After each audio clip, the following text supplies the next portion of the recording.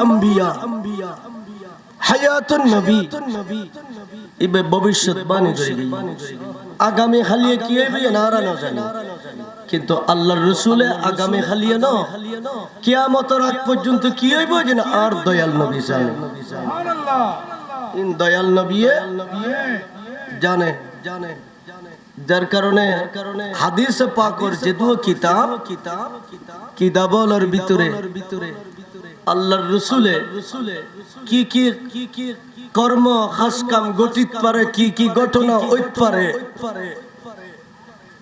কি ঘটনার সামনে হইব ইয়ান আজিয়ানো ১৩,০০০ বছর আগে আল্লাহর হাবিব মক্কা এবং মদিনা শরীফ বই এই কিয়ামত পর্যন্তর সমস্ত ঘটনার কথা বেকেন আল্লাহর রাসূল উম্মতর সামনে ফ্ল্যাশ করে দি সুবহানাল্লাহ উম্মতর জানা দি যে অমুক বছরত এই ঘটনা অমুক সময়ে এই ঘটনা ঘটিব অমুক সময়ে দুনিয়ার এই আযাব গজব ইয়ান আইব এগিন আল্লাহর রাসূলে তোতা মানার মতো করি বন্দলের নবীর উম্মতলের বুঝে গেল তো রাসূল পাক সাল্লাল্লাহু আলাইহি ওয়াসাল্লাম আর সতর্ক বাণী করে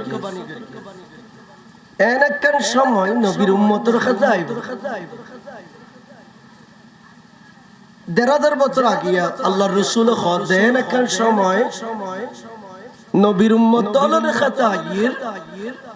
সময়ন আইলি নবীর উম্মতলে দেখিব আত তাল্লত মাঝে গো অনুর খইলা রাখন্নার জেল্লে কঠিন ইয়াতুনো হাজার গুণে কঠিনে বুদে আল্লাহর রাসূলে ইমানদারর যে ঈমানন দিকে ঈমানিয়ান দরি লাখন আত তাল্লত ওনার খইলে লাখনত হাজার গুণে নবীর উম্মতল লাই কঠিন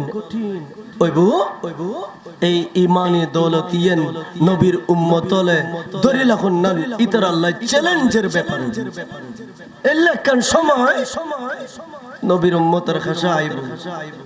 সময় যেতে আইব ফজরত ঈমানের গাট্টি লয়ে গরতুন বাইরে